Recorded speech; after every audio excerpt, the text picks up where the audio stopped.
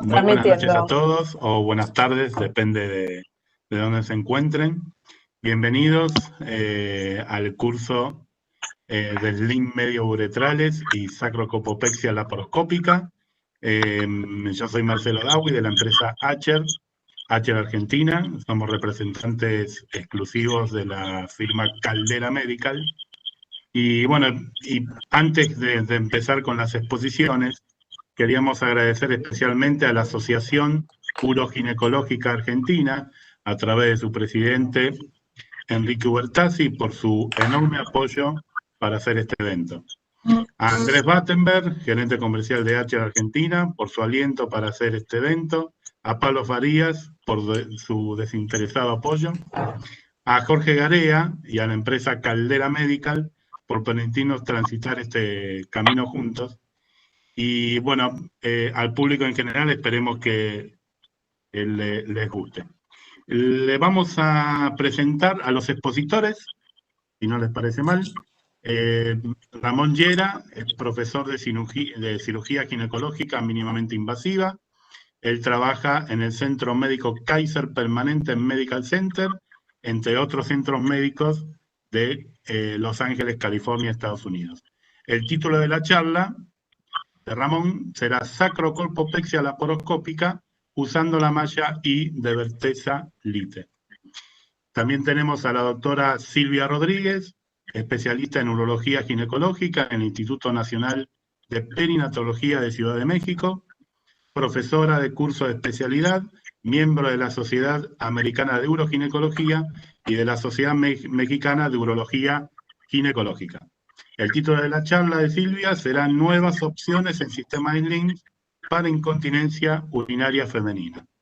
Y los moderadores, Héctor Soderini, uroginecólogo, tesorero de la Asociación Ginecológica Argentina, jefe de sección Uroginecología, Hospital Churruca Vizca, sección Uroginecología, Hospital Italiano de Buenos Aires, Argentina. Bienvenido también, Héctor. Y la doctora Lucila Paván, ginecóloga, especialista en uroginecología, se desempeña como médica asociada en el Hospital Italiano de Buenos Aires, Argentina. Si no les parece mal, le damos la palabra a la doctora Silvia Rodríguez con su exposición. Gracias, Silvia. Gracias. ¿Me escuchan bien? Bueno. Sí, perfecto, Silvia. Ok, gracias. Bueno, igualmente quiero agradecer nuevamente también a la Asociación Uroginecológica Argentina para darme la oportunidad de participar en este evento y la invitación de Jorge para participar por parte de Caldera Medical. Bueno, pues vamos a hacer una revisión un poco sobre los slings basada en esta idea que vamos a ir tomando poco en poco, que es un poco hablar de anatomía, de las técnicas quirúrgicas, de las curvas de aprendizaje y del material que podemos utilizar. Bueno. El sustento de la utilización de las cintas libres de tensión tienen tres paradigmas que se han ido cumpliendo uno a uno, como es que sea una cirugía libre de tensión, el que se tenga que utilizar un material sintético apoyado en la teoría integral con un cambio de la zona de continencia del cuello hasta la uretra media. Y el tercer paradigma es el abordaje transobturador con menos complicaciones y la introducción de la nueva generación de cintas pequeñas para reforzar el ligamento uretropélvico. Como todos sabemos, simplemente para saber un poco de historia, hasta 1985 se habían descrito más de 150 procedimientos para tratar la incontinencia urinaria de esfuerzo.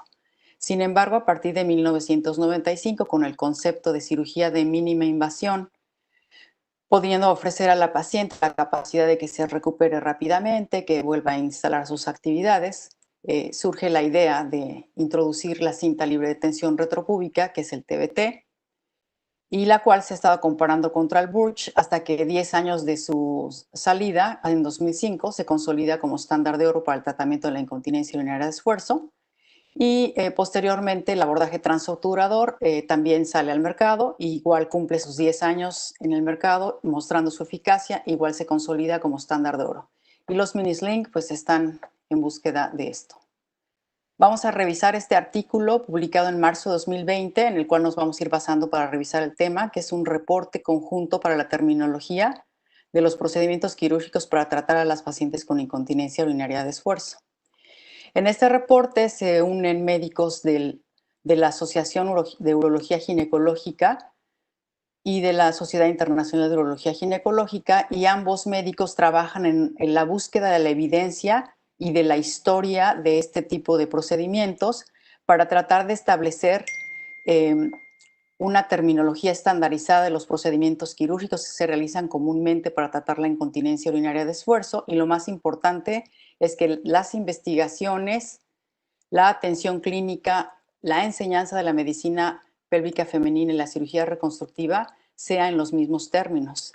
Este documento va a estar abierto para su actualización constante. Y entonces pues podemos ver que el tratamiento de la incontinencia urinaria de esfuerzo ha cambiado con sus abordajes conocidos, vaginal y abdominal, con el espacio anatómico retropúbico y transobturador y bueno, los materiales usados que pueden ser injertos, abultantes, suturas o tejido nativo. También se habla sobre el tratamiento quirúrgico, que en este caso existen muchas opciones, que todas estas se abordan en el documento. Sin embargo, pues nosotros solo vamos a hablar de las cintas de cabestrillo medio uretral como parte del tratamiento quirúrgico. Y proponen que dentro de la evaluación preoperatoria se hable de incontinencia urinaria de esfuerzo no complicada, aquella que no requiere un estudio de urodinamia, que la paciente refiere el síntoma, que se demuestra el signo con la prueba de la tos, que no tiene prolapso, no tiene orina residual mayor de 100 mililitros, tiene hipermovilidad uretral. Y entonces hoy se recomienda que puede operarse sin estudio de urodinamia, o si tiene alguno de estos problemas como vaciamiento anormal, urocultivo negativo, o un prolapso ausente o una una uretra rígida, pues ya se considera complicada y en cuyo caso se tendrá que hacer un estudio de urodinamia. Siempre se deben considerar las contraindicaciones relativas para el procedimiento. Y según el documento, pues el punto de corte para los trastornos de vaciamiento que pueden empeorar la evolución del postoperatorio debe ser o se propone que sea en 150 mililitros. Si la paciente tiene infección de vías urinarias, se debe tratar antes de la cirugía. Si tiene hematuria, se debe estudiar exhaustivamente y se debe considerar como contraindicaciones los antecedentes de radiación pélvica e inmunodeficiencia, ya que no soportan el uso de materiales sintéticos, y siempre considerar el uso de antibióticos profilácticos, que en otras charlas pues, ya se ha comentado.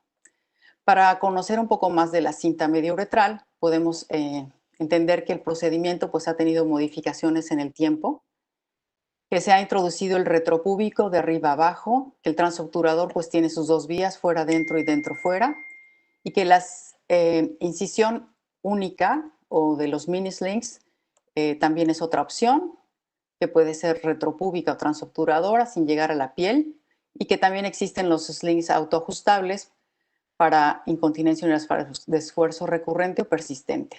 No debemos olvidar las complicaciones que se han comentado también, muy conocidas por todos, como es la exposición y la extrusión.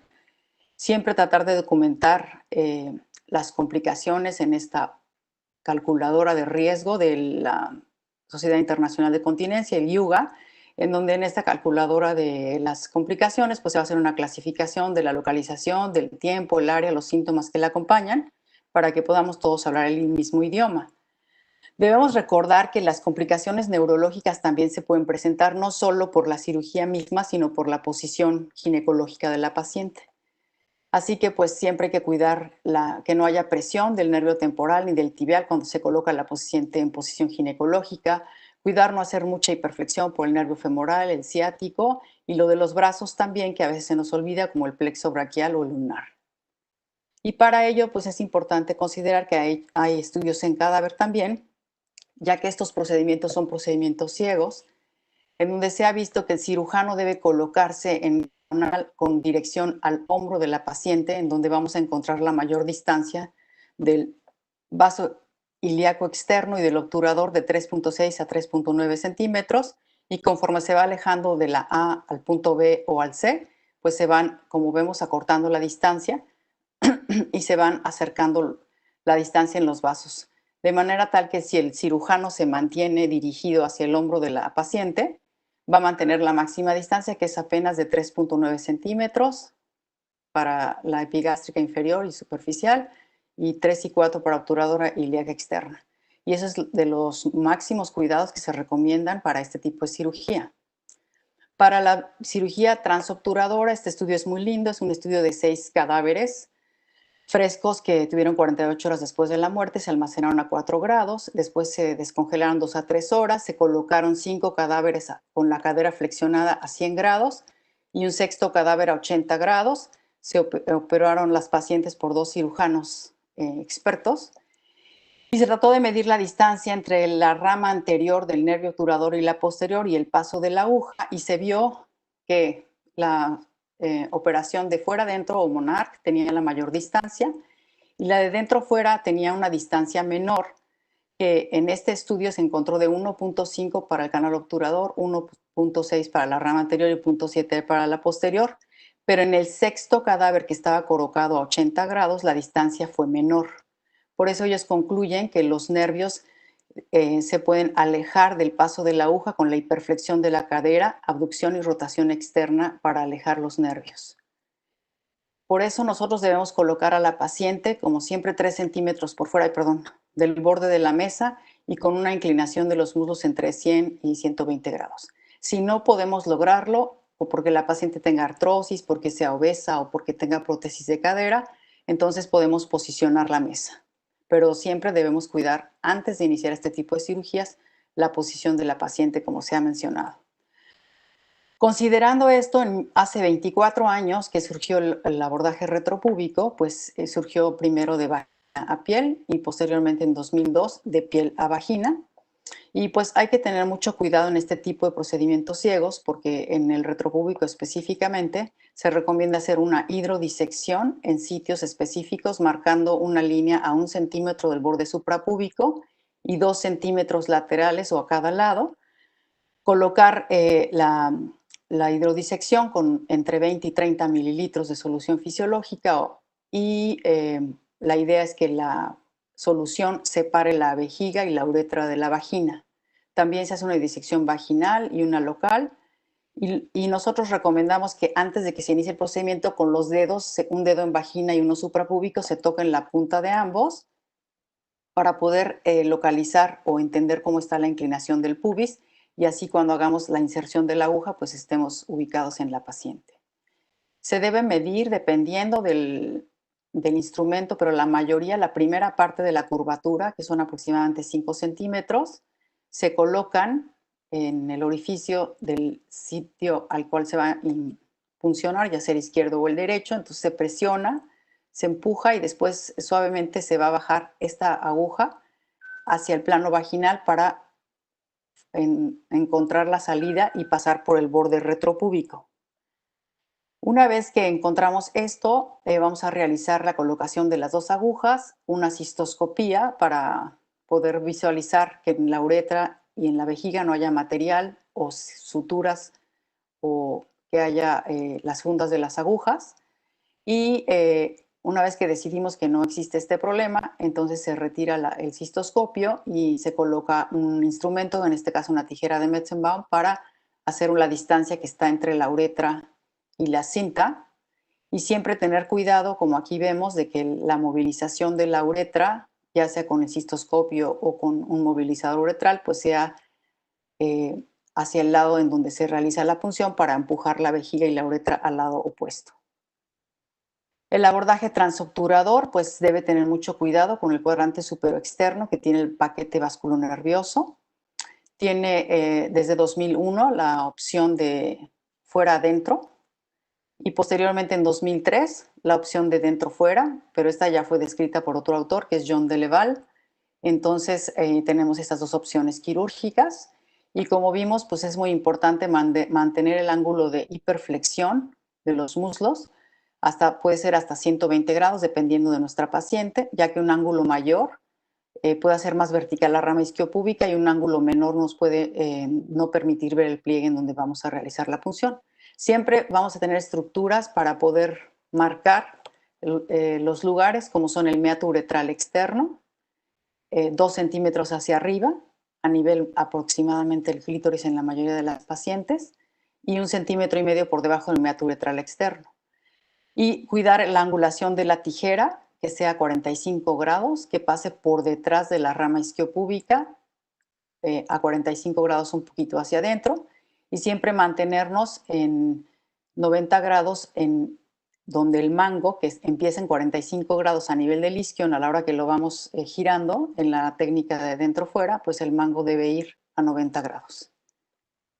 Los mini cabestrillos, aunque son los más pequeños y son los últimos en ofrecerse, pues son los más difíciles de aprender, ya que tienen un grado de dificultad mayor que los dos procedimientos previos. Su forma de aplicación puede ser en U o puede ser en H. En cuanto a la curva de aprendizaje, que es algo que nos interesa a todos porque es una forma en cómo podemos medir el entrenamiento de nuestros cirujanos asistentes o de los fellows, en los cuales nosotros vamos a poder ver. Existen varias investigaciones, por ejemplo en esta, que se pudo ver que en este estudio, basado en que los cirujanos uroginecólogos expertos en grandes centros con muchos procedimientos tenían pocas complicaciones y que cirujanos menos expertos en centros pequeños con pocos procedimientos tenían muchas complicaciones, se concluyó que el éxito de la cinta depende de de la tensión que se usa para colocarla, así como de un buen posicionamiento. Y basado en esto, ellos quisieron determinar el número de procedimientos necesarios para que un cirujano residente sin experiencia pueda aprender la técnica de colocación de la cinta, evaluando las complicaciones y el resultado a largo plazo. Entonces, bueno, ellos hicieron que hicieran procedimientos y vieron que la curva de aprendizaje para el túnel derecho requería de 9 procedimientos y la curva de aprendizaje para el túnel izquierdo de 13 procedimientos en promedio. En general, entonces, ellos concluyeron que se requieren 10 procedimientos por el cirujano residente sin experiencia para poder reducir el tiempo en base al número de procedimientos. Cuando se comparó lo mismo para TBT y TOT, se vio que el TBT dividido en los primeros 10, del 11 al 20 y del 21 al 30, en fase 1, 2 y 3, se vio que en los primeros 10 procedimientos solo se observaba una reducción en el tiempo quirúrgico en ambos, y a partir del procedimiento 15 el tiempo se permanecía sin reducirse más, y entonces se consideró en este estudio que se requerían al menos 15 procedimientos de las dos aplicaciones de la cinta, tanto el TOT como el TBT, para que se pueda decir que el residente tiene esta competencia. Sin embargo, cuando se hace un análisis más detallado de los procedimientos del TBT, que es el retropúbico, que es el un poquito más difícil, es el primero descrito, se ha visto que en los primeros 10 procedimientos, como vimos, sí se va reduciendo el tiempo, y en los últimos 10 procedimientos se reduce el riesgo de lesión, de manera tal que ellos en el primeros 10 presentaron lesión vesical hasta en un 40% y en los últimos 10 un 0%. Entonces ellos concluyen que el procedimiento de TBT pues requiere aproximadamente 30 procedimientos para que se reduzca el riesgo de lesión vesical. Las guías NICE dicen que el cirujano que va a enseñar el TBT, que requiere tener como un fit o una habilidad en la que él pueda realizar hasta 20 procedimientos para tratar la incontinencia urinaria de esfuerzo anuales, y con eso pues pueda mantener sus capacidades y la reducción de las complicaciones al mínimo. Los mini slings también tienen esta curva de aprendizaje y son los más difíciles de aprender. Algunos autores dicen que requieren 20, otros hasta 50 procedimientos. Y en este estudio se ve que el porcentaje de complicaciones reportadas, como son la urgencia de novo y los trastornos de vaciamiento, se van a ir mejorando conforme aumenta el número de procedimientos. Entonces, bueno, pues la curva de aprendizaje de slings es la más larga. En este mismo documento que estábamos mencionando, es muy importante considerar que la posición de la cinta sin tensión y colocar la malla en contacto con el tejido periuretral es muy importante, y que la localización fuera de la uretra media por una vía diferente o con una malla que no sea tipo 1 no se puede considerar como un procedimiento de cinta media uretral. Por ello, antes y en muchas ocasiones ya se ha mencionado pues, que la distancia ideal para que se logre la continencia entre la cinta y la uretra, y debido a la posición ginecológica de la paciente, pues debe variar entre 3 a 5 milímetros y por lo tanto, pues sí tenemos que tener mucho cuidado en vigilar que la valva vaginal esté colocada hasta el final, o sea, a lo largo de toda la vagina, y que en el borde final de la valva entonces caiga la tijera en 90 grados para que se logre esta distancia y el goal es alcanzar la máxima continencia con el menor porcentaje de disfunción de vaciamiento. Entonces, pues bueno, el cirujano que está indicando o enseñando al residente, pues tiene que cuidar este detalle que siempre nosotros mencionamos es el más importante de la cirugía. Nosotros más o menos pues hemos alcanzado ya 1000 procedimientos en donde el 75% corresponde a cirugía transobturadora. Cuando hicimos un análisis y se comparó nuestra morbilidad con una revisión de Cochrane de 12.113 mujeres, nosotros comparamos 292, pues vimos que la curación subjetiva es bastante alta. La lesión vesical, ureteral, el dolor inguinal y la exposición pues fueron sin diferencia significativa. Y también en el último documento de Cochrane de 2017, pues queda claro que la cinta mediouretral es el tratamiento quirúrgico más investigado en la mujer y que tiene un muy buen perfil de seguridad. Y bueno, como todo en el tiempo ha persistido, pues se debe de tomar en cuenta el dolor en la ingle para las pacientes en las que se utiliza el obturador, que el utilizar la técnica de obturador fuera dentro, o sea, piel-vagina o dentro-fuera, que sería vagina-piel, pues no tiene ninguna diferencia. Sin embargo, para el abordaje retropúbico es más efectivo el abordaje vagina-piel, o sea, de abajo arriba, el original, que el de arriba abajo. Y las guías clínicas en 2019 vuelven a hacer unos pronunciamientos después de revisar el tema. Básicamente son los mismos, pero nada más quise mencionar los más destacados, que sería que las cintas mediouretrales insertadas tanto obturadora como retropúbica son con resultados equivalentes y el nivel de evidencia es bien alto, 1A. Que no hay diferencias en términos de eficacia de piel-vagina en comparación con las direcciones de vagina-piel hasta 9 años de seguimiento. La eficacia comparativa de la incisión de las cintas de incisión única contra la convencional todavía es incierta y el grado del nivel de recomendación es 1B. O sea, aunque siguen intentando, pero todavía no hay un estudio que confirme que es comparativa la eficacia. Y pues no hay evidencia de los resultados adversos en la cirugía de la incisión única contra la convencional en cuanto a que exista más o menos resultados adversos, si no son igual. Y lo único que sí se ha mencionado es que la mejora en la vida sexual es mayor en la mujer cuando se utiliza la cinta de incisión única o mini sling comparada con la estándar con una evidencia 1A.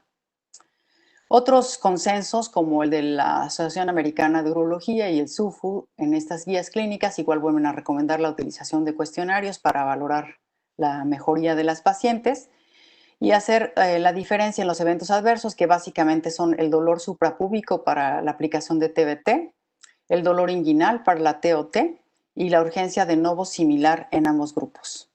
Entonces, ¿cuándo vamos a recomendar cuál? Pues bueno, esto depende de la expertise del cirujano y de las características de la paciente. Este cuadro nos gusta mucho porque muestra algunas características que nos pueden ayudar a decidir, como sería la hipermovilidad uretral, si la paciente es joven, la hipermovilidad uretral en paciente anciana, si hay urgencia predominante o disfunción miccional, si la paciente tiene prolapso o si tiene una incontinencia urinaria oculta. Entonces, estas recomendaciones pues están basadas en la literatura, más o menos siguen siendo vigentes, pero siempre el expertise del cirujano pues es el que va a tomar la última palabra para decidir.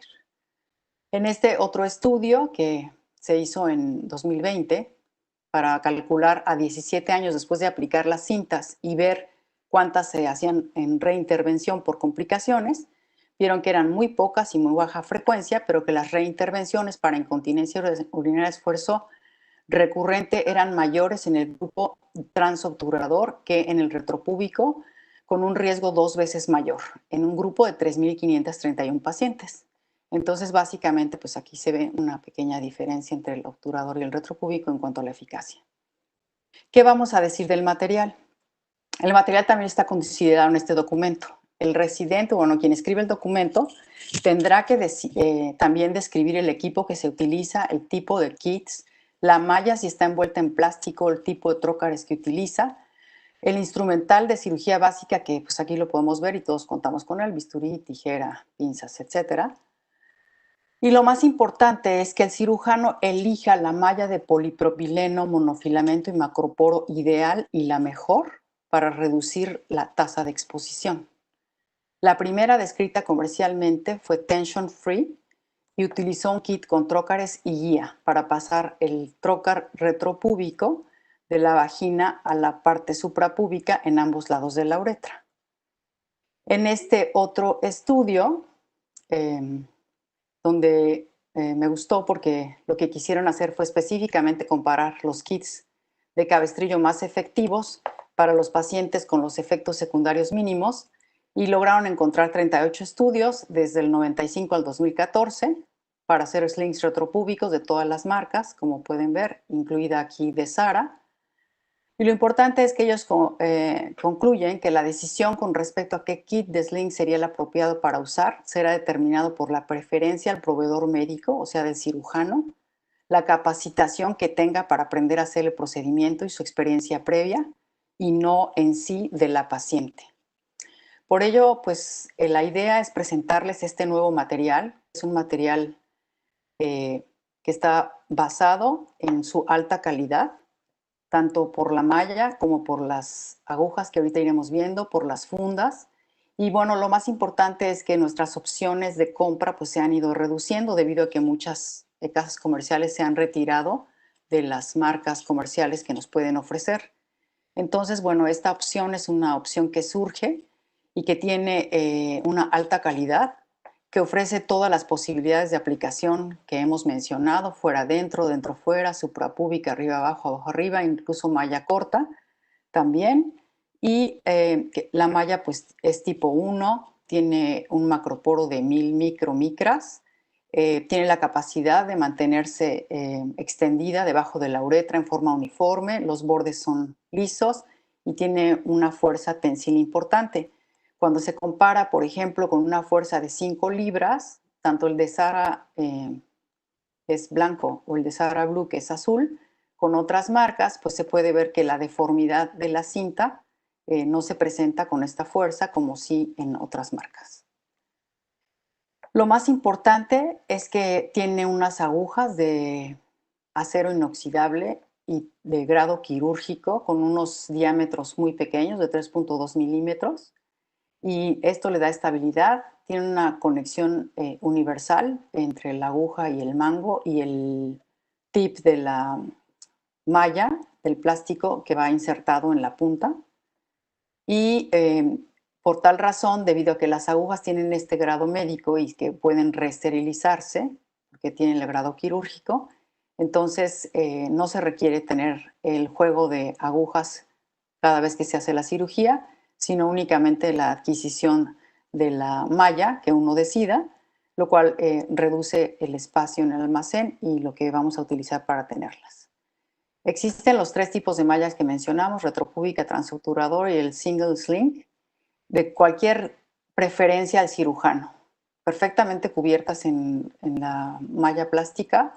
Y bueno, pueden elegir que tengan el asa de la sutura larga o corta, según la preferencia de cada cirujano.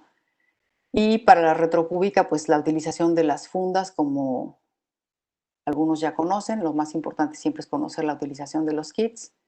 Y el de Sara One, que es la cinta pequeña o mini sling, que tiene la posibilidad de ser de ajuste bidireccional, que se puede mover, o sea, el mango se va a mover hacia un lado, hacia el otro donde nosotros querramos, y vamos a hacer que el anclaje sea con la mano, el separar el ancla del mango. Y en este estudio que se presentó en la Sociedad de Urología Ginecológica en 2019, el doctor Jeffrey Mandel revisa 1.257 pacientes, en donde les hace un seguimiento hasta 2 años y encuentra que hay una significativa mejora en la calidad de vida de las pacientes, como en la mayoría de los estudios se reporta, y en el seguimiento, pues todas se reportan mucho mejor o mejor hasta 2 años del procedimiento. Gracias.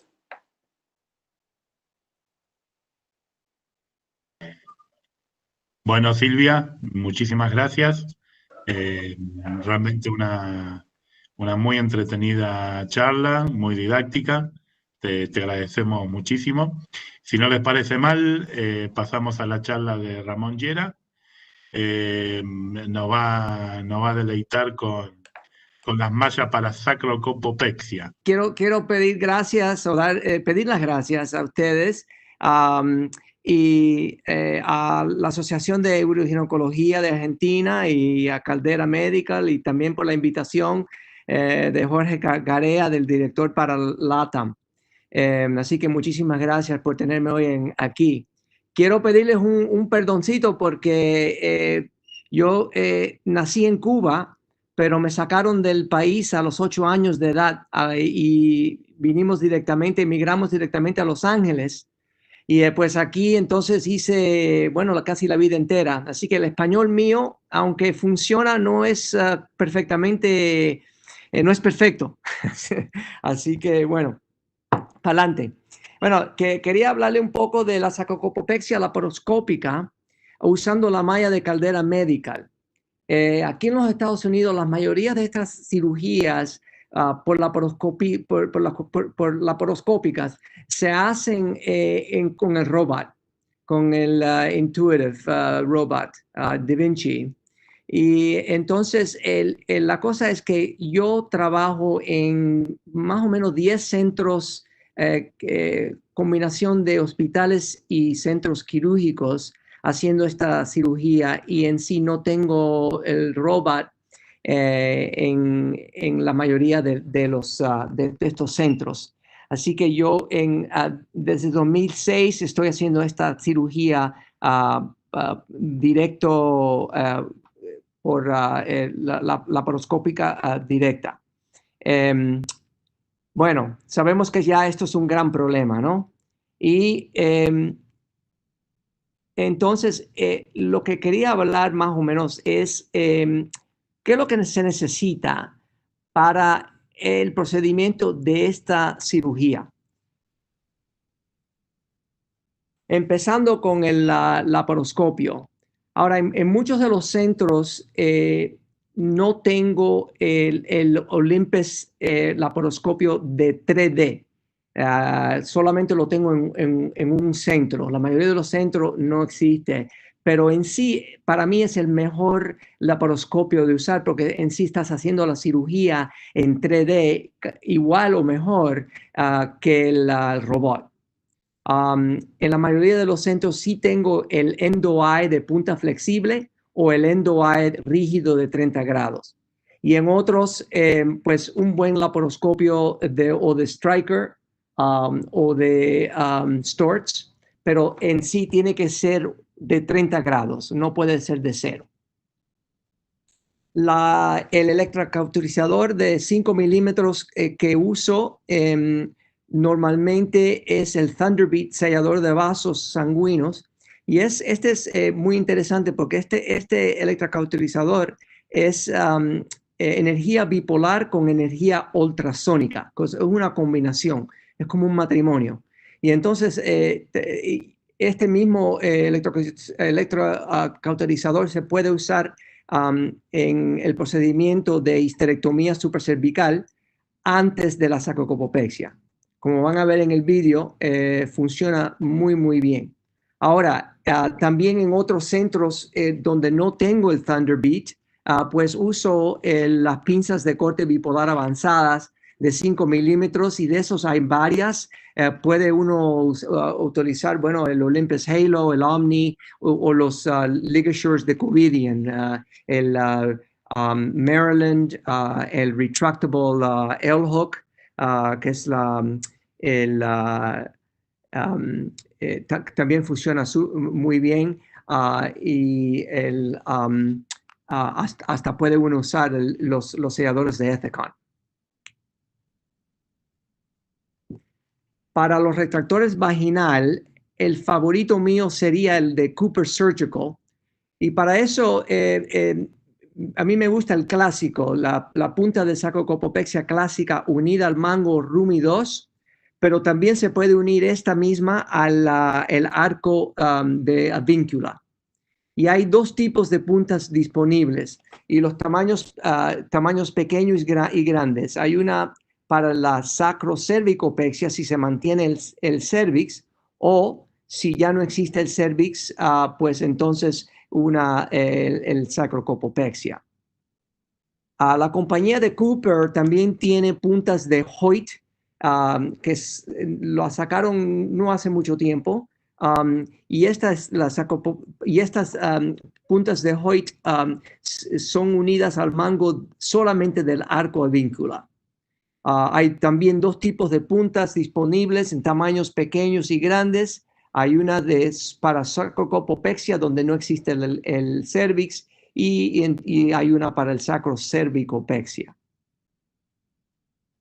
Ahora, yo estoy muy dichoso porque yo no necesito a alguien entre las piernas aguantándome el retractor o el manipulador.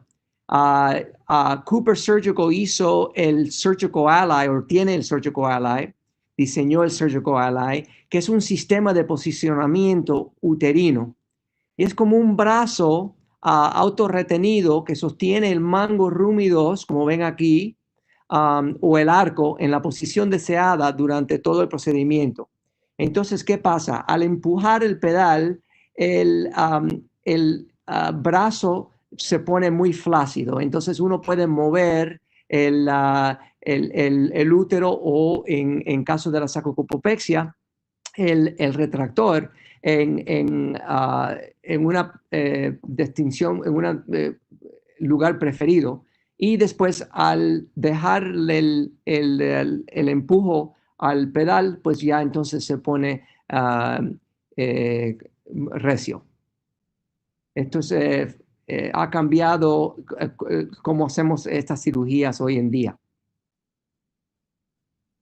Los trocares, los favoritos míos son de esto que mantiene un globo que están hechos por Applied. Los Applied Advanced Fixation Trocars. Para el procedimiento de la sacrocopopexia, uso 4 en total de 5 milímetros. Esto es bueno también ahora con el tiempo de la pandemia de COVID porque mantiene el sistema cerrado sin echar CO2 fuera en el salón. Pero se usa 4, 2 laterales al ombligo, como van a ver, 1 cuadrante inferior izquierdo, y la distancia de eso es un puño de la mano del trocar lateral izquierdo para coser en la zona vertical, y uno suprapúbico, donde se puede entrar el instrumento de tachuelas titanio que hace Covidien, como van a ver. Y también un trocar de 10 a 12, también con globo en el ombligo. Y el del 10 o 12 en el ombligo facilita el paso de las agujas y la introducción de la malla y en el abdomen. Aquí ven entonces lo que le llamo el setup. Aquí tenemos los pies del paciente, la cabeza en la mano izquierda de la pantalla. Y entonces tenemos...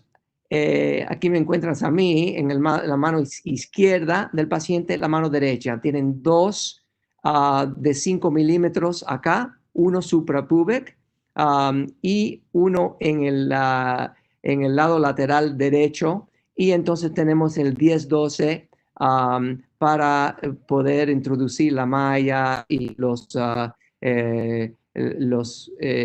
agujas, etc. Este es el Olympus de 5 milímetros de 30 rígido, como lo que están viendo acá.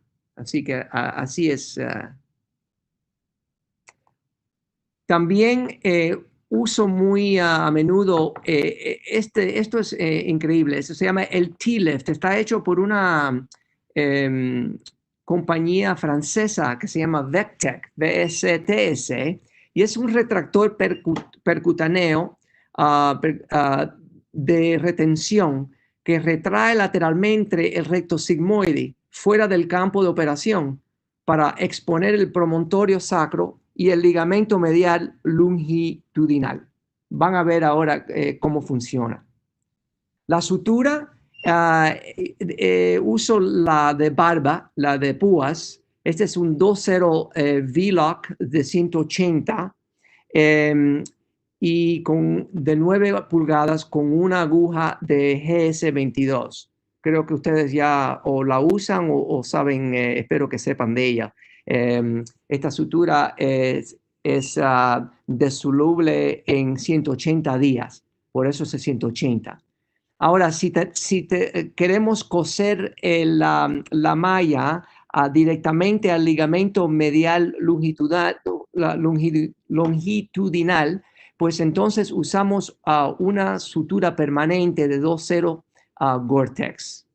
La mayoría de las veces, como van a ver, yo uso las tachuelas de titanio de ProTac.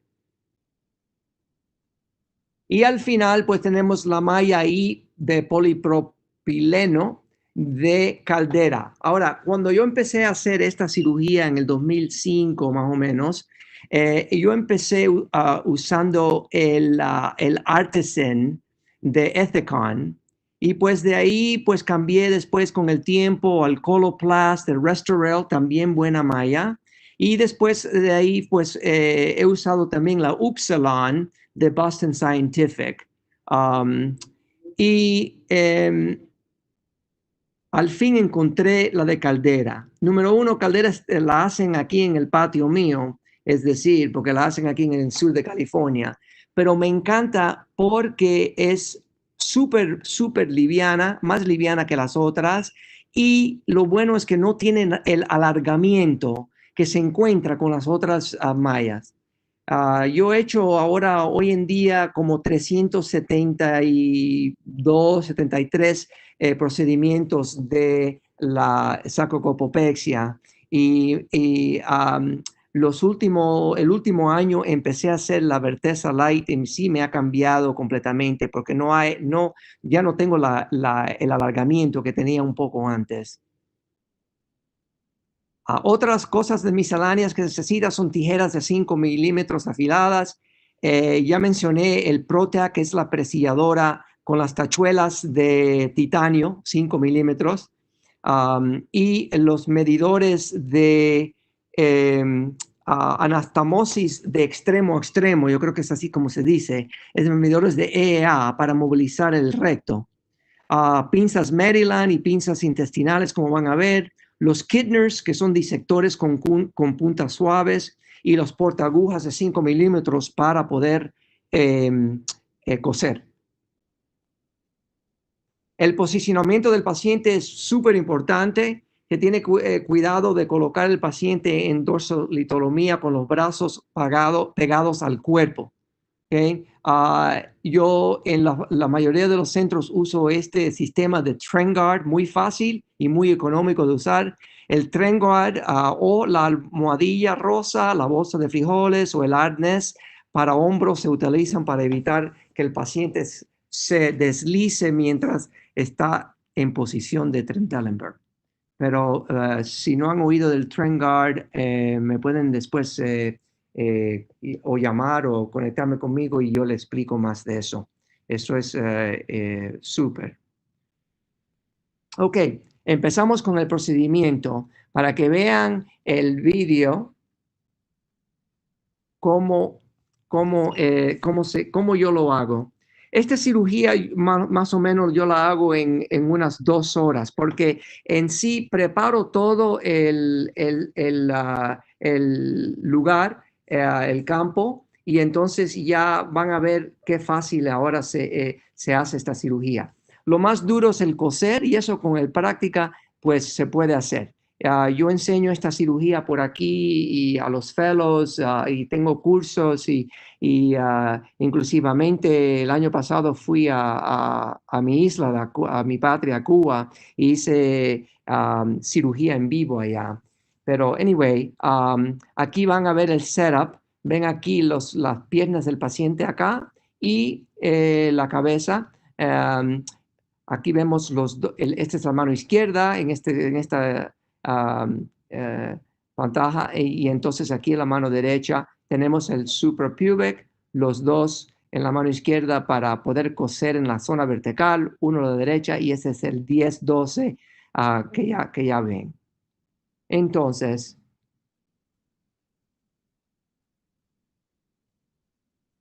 aquí van a ver entonces ya lo que primero vamos a hacer es la histerectomía supracervical, y este es un paciente con 72 años con una procedencia. Vamos a hacer entonces la histerectomía supracervical con los ovarios y después ya empezamos con la sacrocopopexia. Me encanta la anatomía de esta paciente y por eso la estoy usando en los cursos, porque tiene una anatomía fenómena. No todos van a ser tan fácil, pero con el tiempo ya se logra. Primero se revisa, ya ven el uréter, y seguimos el uréter. El uréter de la mano derecha va a ser el que tenga más riesgo y el que tenemos que concentrarnos más para que no haga daño. Ok. Estamos usando el Thunderbeat para que se recuerdan que es el sellador, que es un matrimonio de bipolar y ultrasónico. Y tenemos el infundibulus pelvic ligament. Y empezamos ahora entonces a hacer la histerectomía supracervical. Este sellador es muy eficiente y el lateral spread es muy bajo. Lo que ven aquí también, ahora van a ver el manipulador que estoy usando, que es el Rumi 2, y el Rumi 2 está con el Ally, el brazo, para tenerlo en una manera donde uno quiera. Esta es la copa que significa el cervix. ¿Okay?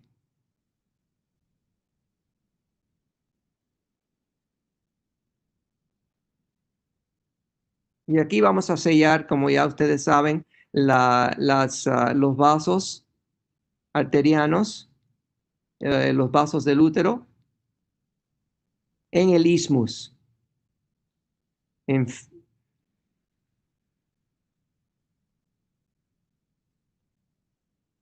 Hacemos la bladder flap aquí, la completamos.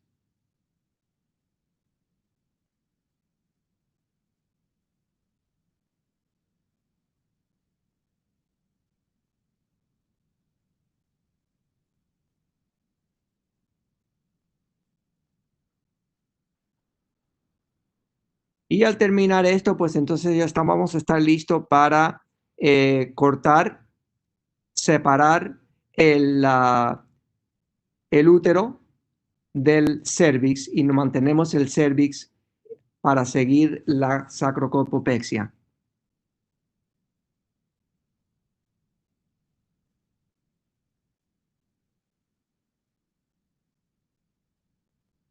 Podemos seguir un poquito más rápido. Y aquí vemos la arteria.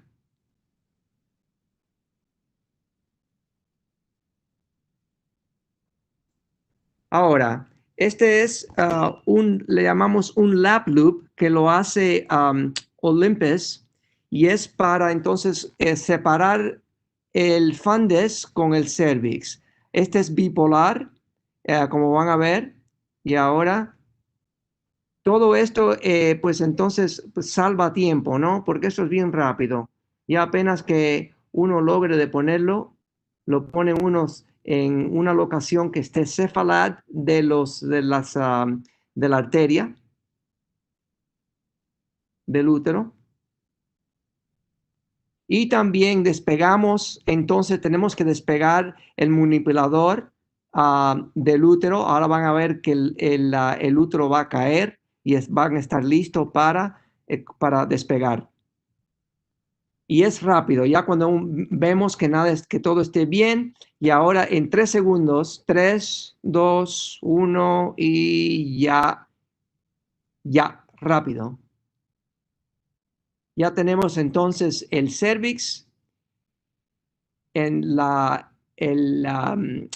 El útero lo ponemos ahí para después sacarlo en una bolsa. Y entonces ahora podemos secar aquí lo que esté sangrando. Normalmente es muy poco. Y ese se llama el Lap Loop de Olympus. También sirve para fibromas. Es buenísimo. Con el mismo generador. Ahora, este es el T-Left. Ahora van a ver cómo sirve el T-Left.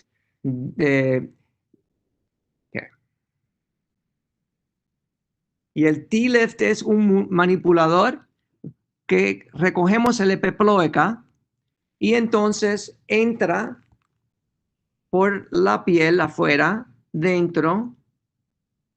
Es una aguja de más o menos 16 gauge, de 16. Y lo que podemos hacer es coger y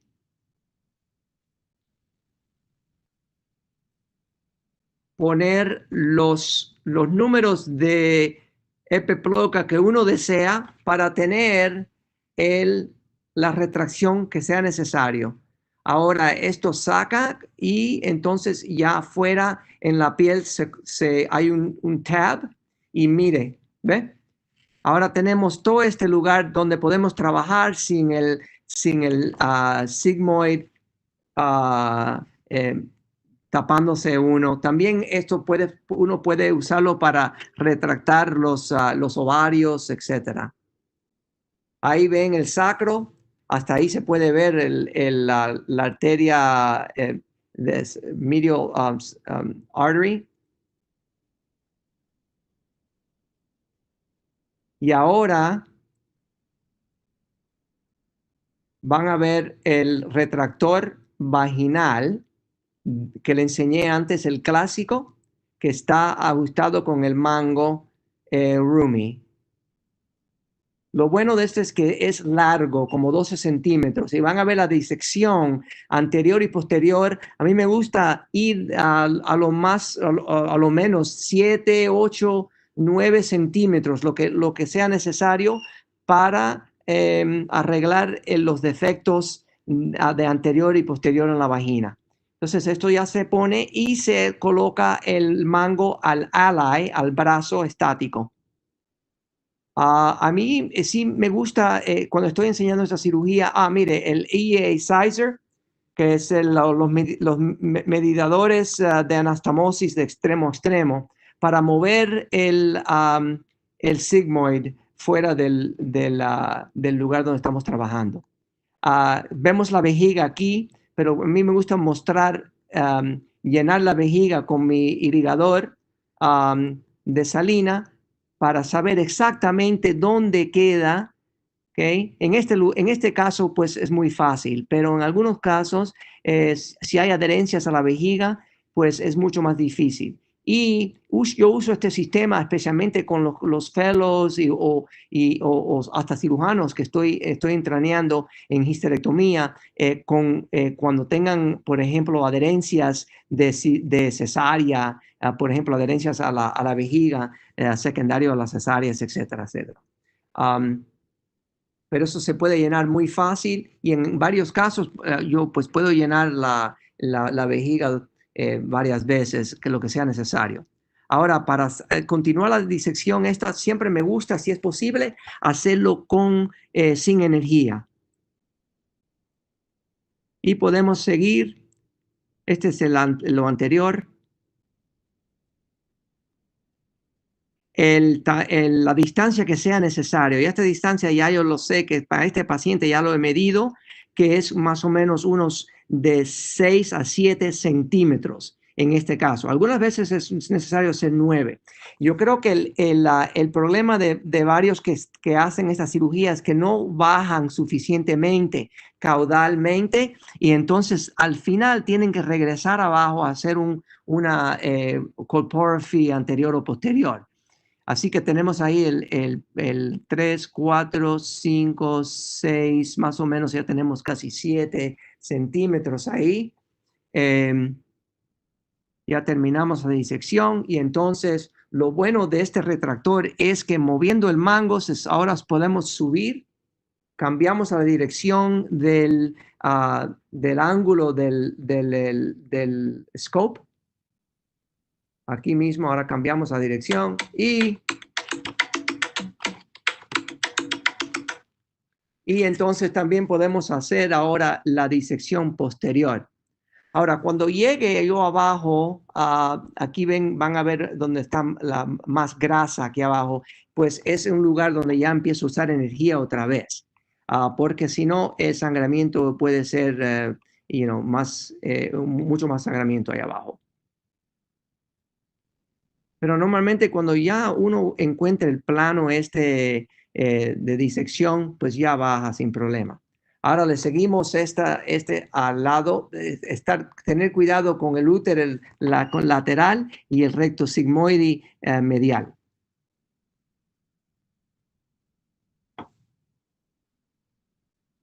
Y ya cuando bajemos acá, pues entonces ya cambiamos de ruta y empezamos la cirugía limpiando el ligamento medial longitudinal.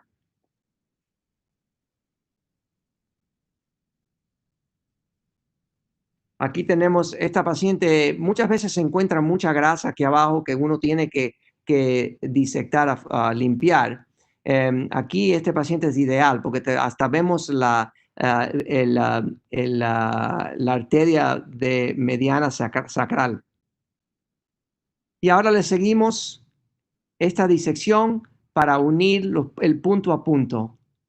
Aquí vemos el uréter al lado, el recto sigmoide que está también fuera del lugar donde estamos haciendo la disección. Y lo que he encontrado yo con todos estos casos que he visto, si cogemos un Maryland grasper y levantamos el peritoneo y levantamos los tejidos que está enfrente o arriba del ligamento medial longitudinal, es muy menos riesgo de dañar la arteria.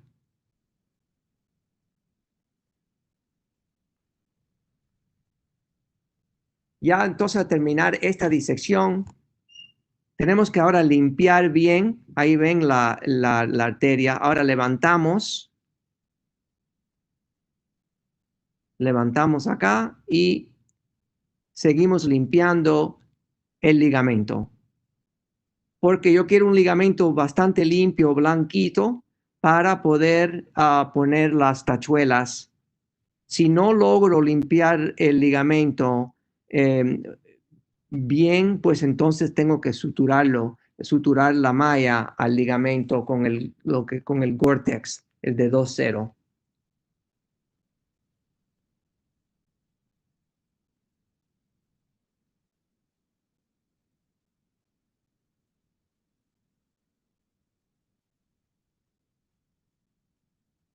Esta cirugía en sí se logra con muy poco sangramiento. Ya tenemos, aquí es el right common iliac. Entonces aquí tenemos, perdón. Déjame ir a esa. Perdón. Ok. Aquí tenemos la malla y lo que hago es la posterior la enrollo y le pongo una sutura de color para poder saber que esa es posterior. La que va al ligamento, pues le pongo una sutura blanca y ahí me puedo orientar bien al poner la malla por dentro. Ahora la vas a ver acá. Entonces aquí tenemos la malla enrollada en los dos lugares y menos la anterior, porque esa es la primera que vamos a suturar. La anterior se sutura de caudalmente, de cefalad a caudal. Y usamos el 2.0 V-Lock de Barda, 180 de 9 pulgadas. Y tejimos la malla a la vagina.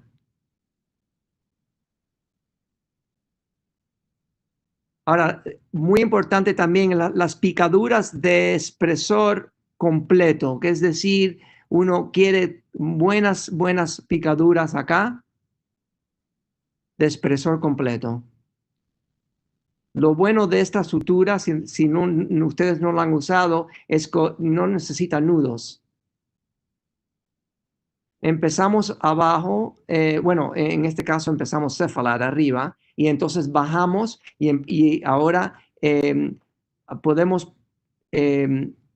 coser la malla lateralmente, de ahí para abajo, hasta que lleguemos abajo.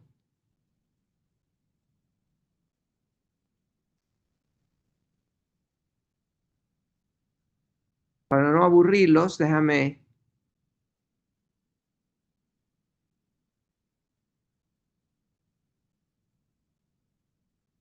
Y seguimos hasta abajo y después subimos otra vez lateralmente.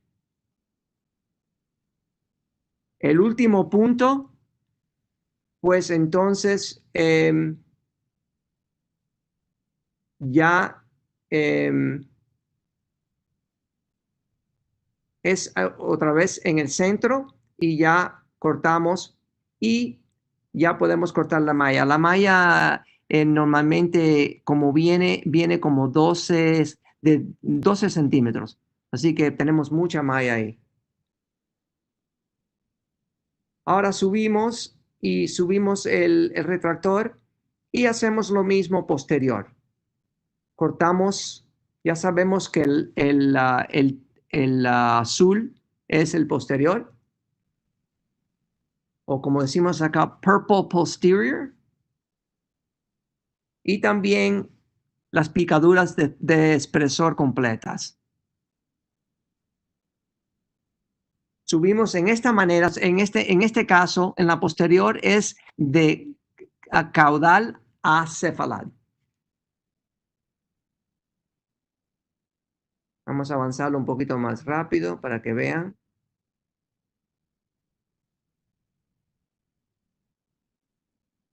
Ya terminar eso, ya pues entonces estamos listos para ahora poner la malla en el medial longitudinal ligament y ponemos los tacks. Normalmente pongo de 3 a 4. Esas tachuelas no llegan al hueso, solamente al ligamento. Y es la razón que uno tiene que limpiar el ligamento ese, porque si no, no coge. Y ahora cerramos el epitelio para que los intestinos no se encuentren con la malla y causan no tengan el riesgo de obstrucción por adherencias. A mí me gusta completamente tapar la malla con el epitelio. En 48 horas, de todas maneras, eso se forma el re-epithelialization, pero ya ves acá. Y entonces al final de esta, pues entonces que no nos se pueden olvidar sacar el útero, porque ya el útero es lo último que queda. Y al fin, después de eso, hacemos una cistoscopía. La cistoscopía yo la hago, vamos a tapar este pedacito de malla también, para que nada no se encuentre, no se vea. La cistoscopía yo la hago con la misma laparoscopio. Lleno la vejiga de salina como vieron antes y entonces ya entro con el mismo laparoscopio que ya he terminado la cirugía y hago la cistoscopía sin sacar un cistoscopio.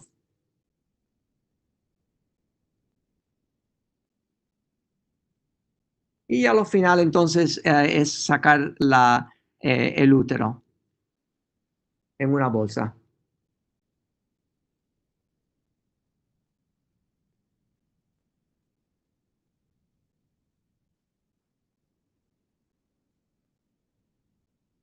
Ok.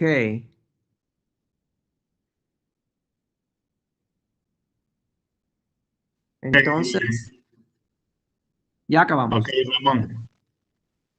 Muchísimas gracias. Muy atentos, muy práctica, muy didáctica la charla. Ahora le damos el paso a los moderadores, a Lucila y a Héctor. Bueno, felicitaciones a ambos expositores. Muy interesante ambas y muy bueno conocer también su experiencia en estas cirugías. Héctor, no sé si querés empezar vos haciéndole las preguntas a la doctora o vamos. Sí, vamos mechando si querés.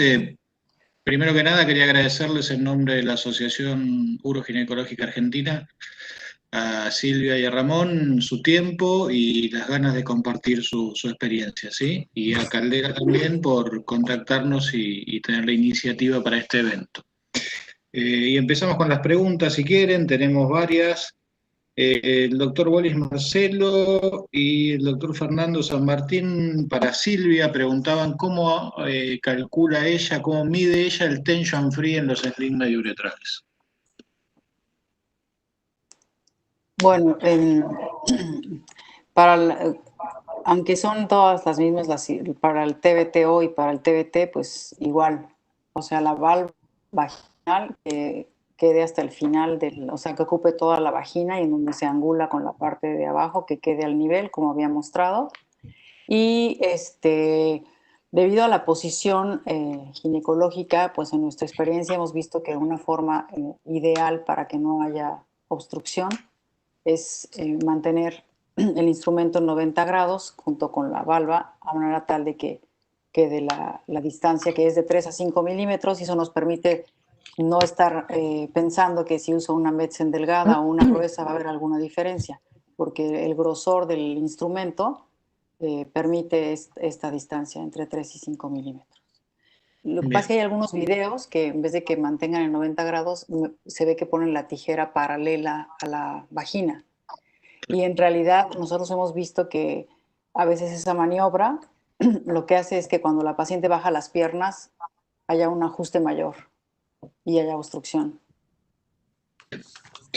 El doctor Nicolás Lichtet pregunta ¿qué indicaciones le encuentra hoy a los mini slings?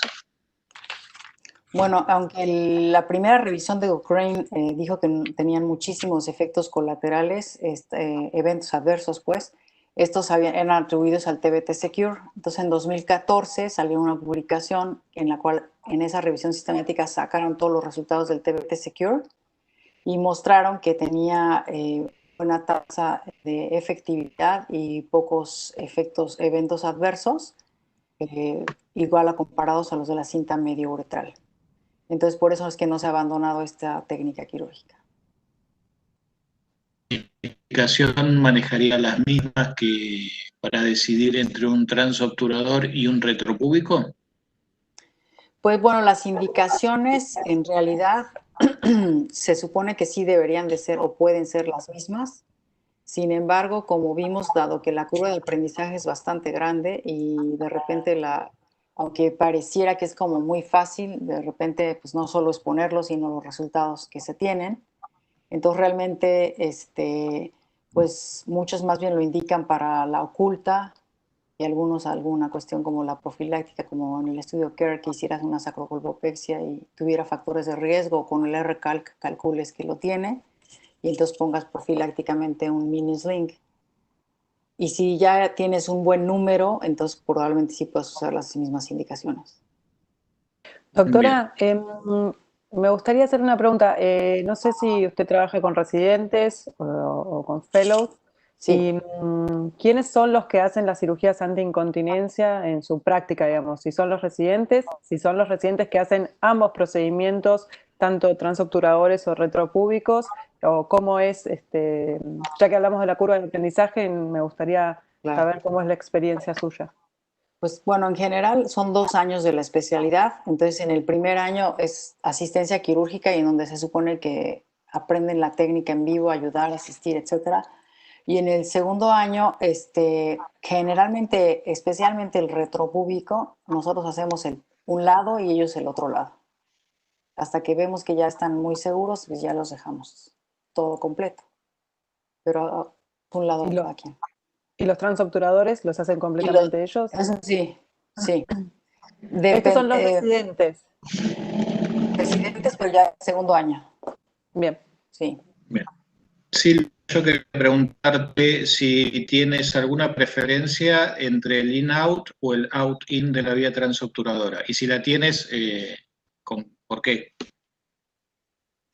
Bueno, el entrenamiento primero que nosotros recibimos, pues, fue el entrenamiento de la técnica fuera adentro con el Monarch y luego el dentro fuera de los que era Johnson. Y finalmente, nosotros empezamos a usar muchísimo el dentro fuera porque nos parecía una técnica mejor, más segura por la guía alada que tiene para que no funciones la vejiga ni la uretra. Pero en nuestro hospital, pues como es un hospital igual del gobierno, pues depende del costo y así. Y te das cuenta que los últimos años ya estamos haciendo fuera dentro. Y el último año dentro fuera, dependiendo del costo. Bien. ¿Y en ambas utilizas el cistoscopio? Sí, sí, en todas. No, en todas, en Fuera todas. también. Sí, porque a pesar de que traigas el dedo y así, no sé si ustedes tengan experiencia también con los fellows, pero a veces hacen lo impensable.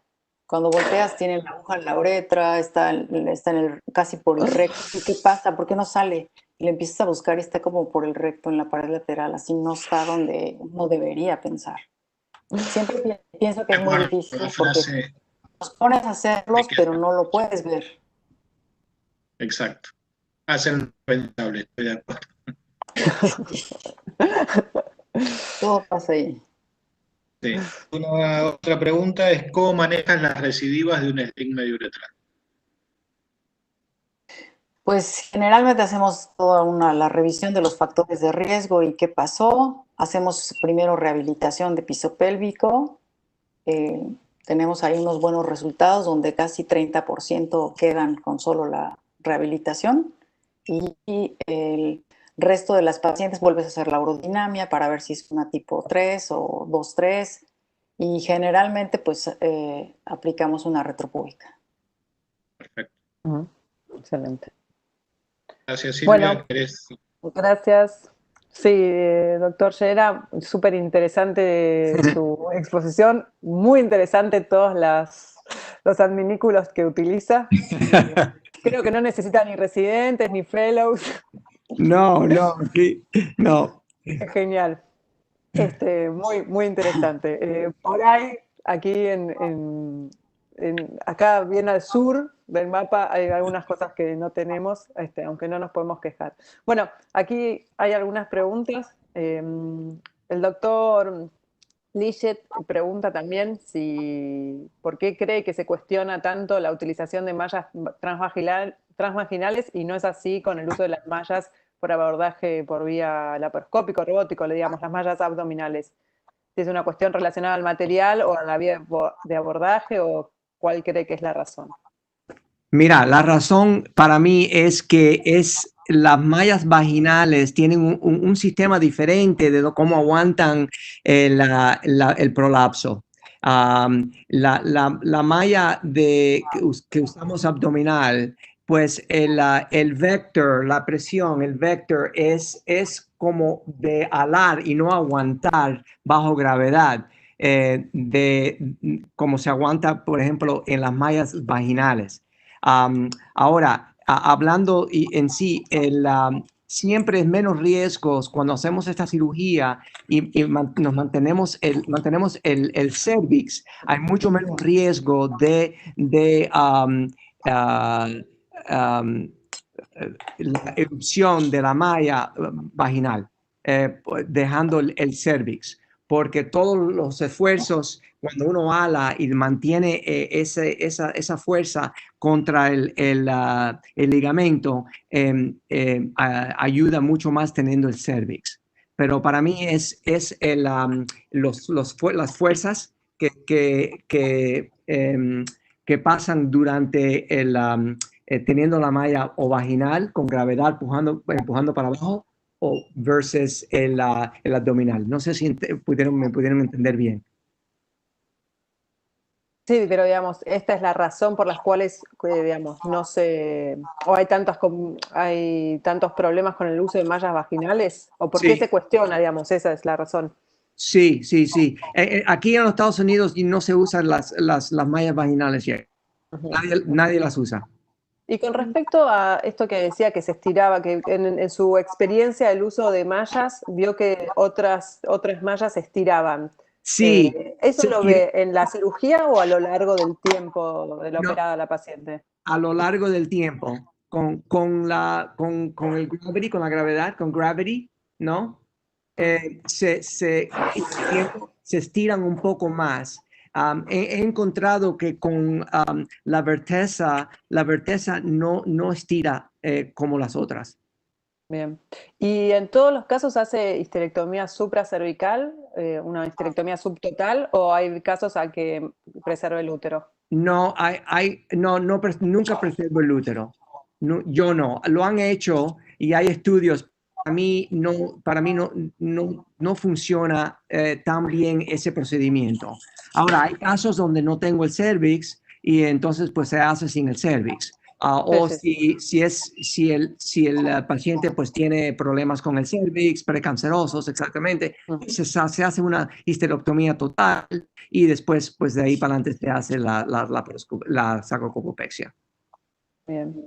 Acá hay otra pregunta, bueno, que lo felicitan por su exposición y Gracias. cómo extrae el útero, si lo hace por morcelación Sí, o... buena pregunta. Siempre los traigo en una bolsa por morcelación por el ombligo la mayoría de los casos. Y normalmente estos úteros son pequeños, así que en un endobag de 10 o algunas veces he encontrado que necesito algo un poquito más grande, como uno de 15 milímetros, pero los normales cabe en uno de 10 o 12. Bien. La pregunta es si le preguntan si ve complicaciones o qué complicaciones pueden aparecer en el futuro después de una disección tan grande de la pared anterior o posterior. Sí, bueno, el riesgo para mí más grande sería vamos a decir si lo puedo decir en español, la erupción de la malla dentro de la vagina. ¿Es correcto? ¿Es decirlo así? La extrusión. La extrusión. Ahora, eso, como le dije, esto es más pequeño, pasa menos con manteniendo el cervix, pero siempre es un riesgo. He tenido 2 casos de extrusión de la malla. En los 2 pacientes eran de ya mucho mayor de edad, de 78 a 82. Más o menos desde esa edad. Y lo que hice es que ahora tenemos acá los biologic de ACell, donde pude sacar esa extrusión de malla. Uno fue 1 centímetro, uno fue como unos 6 milímetros. Saqué la malla que podía ver y le puse como un parche de ACell y en 6 semanas, y entonces el tratamiento fue con estrógeno. En 6 semanas, de 6 a 8 semanas ya viendo el paciente completamente normal, porque los biologics, por ejemplo, los A-cells, pues they promote normal tissue, ¿no? Growth. Claro, sí. Doctor, y acá el doctor Pérez Junqueira también pregunta si hace un tiempo vaginal, digamos, para hacer un tiempo posterior y para tratar el hiato. A ver, no, por favor, no entendí. Si hace un tiempo vaginal, aparte de la vía laparoscópica, si hace un tiempo vaginal para tratar el hiato luego de la colposacropexia. Ya, para mí es muy raro ir vaginal después, porque yo, como estaba explicando, normalmente yo mido más o menos cuál es la distancia de la vagina y los defectos anteriores y posteriores. Y entonces yo bajo muchas veces hasta los levator plates. Haciendo eso y poniendo la malla completamente a esa longitud, ¿no? Corrige todos los problemas que van a tener después. Bien, o sea que ese es solo tiempo abdominal. Exactamente. Y perdón que pregunte, ¿y el introito vos ves que te corrige de manera correcta el nivel 3, digamos, de Lancet? ¿Solo por abdomen? Solo por abdomen, yes. Bien, y no genera cierta rigidez esa disección tan abajo, ¿no lo ves? No. El tiempo que se pone un poquito difícil es que si el paciente ya ha tenido un anterior repair o un repair anterior o posterior, y entonces hay más adherencias y un poco más difícil, pero no he tenido ese problema. Y con respecto a la cirugía de incontinencia, al mismo momento de la colposacropexia, ¿la realiza? Sí. Pregunta el doctor Sima. Exactamente. Esa se realiza a la misma vez, exactamente. Ya. Bien. Héctor, no sé si... Aquí vi otra pregunta, dice que, en el país de ustedes no tienen todo lo instrumental que mostré, y si tuviera que elegir con cuáles 3 me quedaría. Muy buena pregunta. Sí, yo aquí estoy como un niño en vamos a decir, en una tienda de juguetes. Sí, porque hay mucho. Pero si tuvieran que coger 3, sería, claro, la malla, ¿no? Número 2, la sutura de barba y el retractor vaginal de sacrocopopexia. Esos 3. Muy Porque los interesante. otros se pueden hacer con cualquier cosa que unos tienen. Exactamente. Bien. Bueno, Hay el una retractor pregunta. automático no lo podemos reemplazar, salvo con un humano. Exacto. Hay una pregunta que dice si asocia algún procedimiento anti-incontinencia a la colposacropexia. Que se asocia a algún procedimiento. Cirugía exacto. No sé si... un transobturador para el tratamiento de la incontinencia del paciente. Sí. Bueno, si el paciente es... normalmente cuando yo veo a estos pacientes, ya hoy en día yo no en sí veo pacientes dentro de la clínica. Yo solamente hago las cirugías y hago las cirugías con el cirujano, quien es el paciente, que trae el paciente. Ya cuando venga ese paciente, ya el paciente normalmente ya ha tenido los urodynamics, ha tenido sus estudios y ya se sabe si ese paciente afuera de su prolapso tiene continencia, que es decir, que entonces en la cirugía se logra todo lo que se tiene que hacer, incluido la cirugía para continencia. Perfecto. Y, doctor, ¿no ha tenido ninguna complicación con los puntos, con el V-Lock en la vagina? Sabes que no he tenido complicaciones con el V-Lock. Lo único es que el V-Lock sí se demora 6 meses, ¿ok? Para que se disuelva. Y entonces no he tenido complicaciones, pero algunas veces los pacientes vienen o llaman o han llamado diciendo, hey, me ha salido un pedazo de sutura 3 meses después. Claro. Ok, pero en sí no es gran problema. Y tampoco, yo antes pensaba que había un poquito problema con la intimidad, ¿no? Pero en sí no mucho.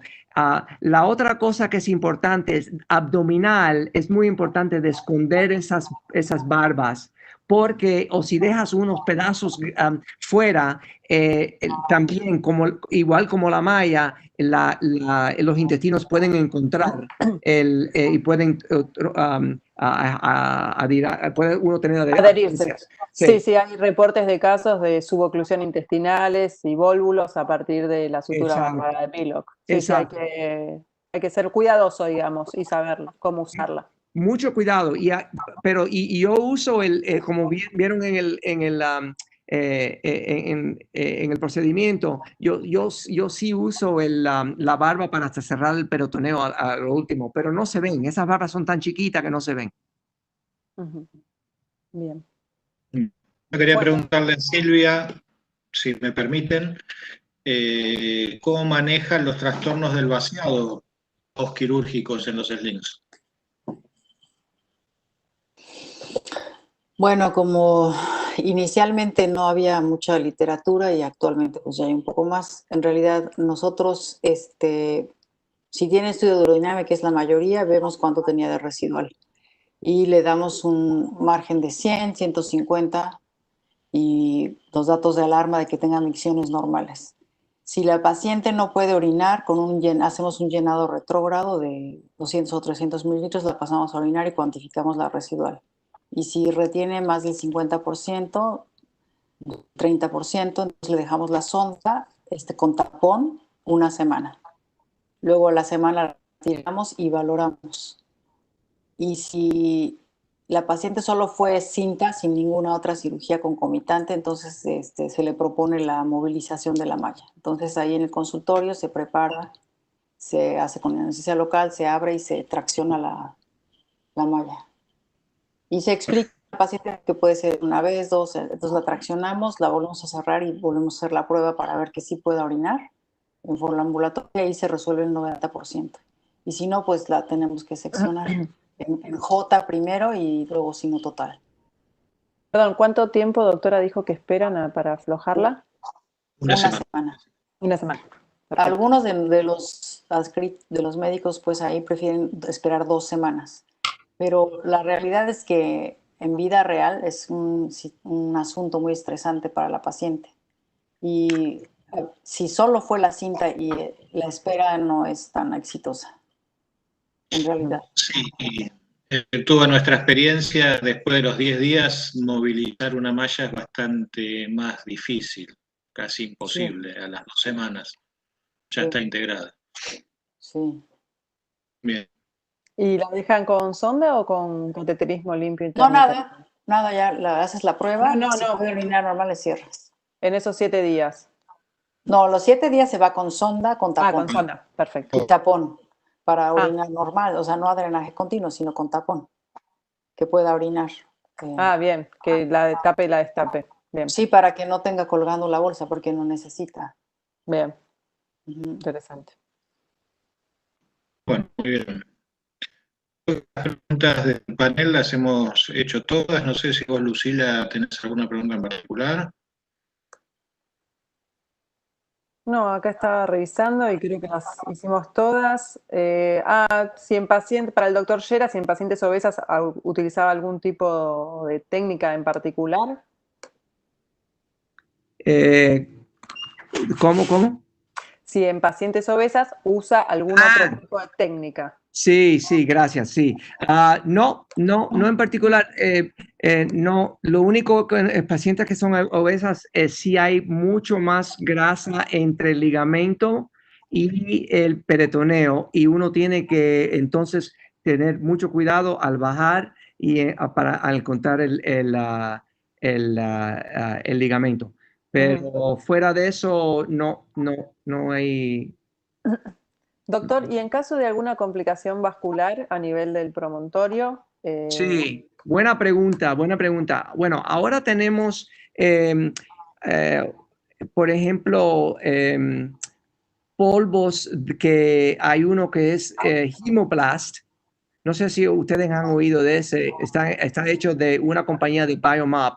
El Hemoplast es un polvo que se echa y después tiene thrombin y tiene collagen, pero está indicado para un sangrado moderado.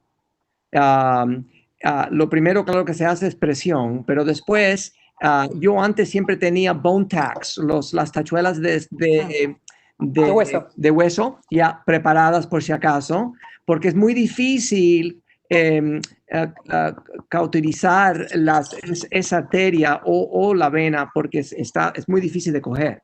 Entonces, o tachuelas de bone tack o el Hemoplast se puede usar y trabaja. Gracias a Dios, nosotros tenemos mucho cuidado. Claro, siempre algo puede pasar, pero mucho cuidado al levantar los tejidos antes de hacer la disección para limpiar el ligamento.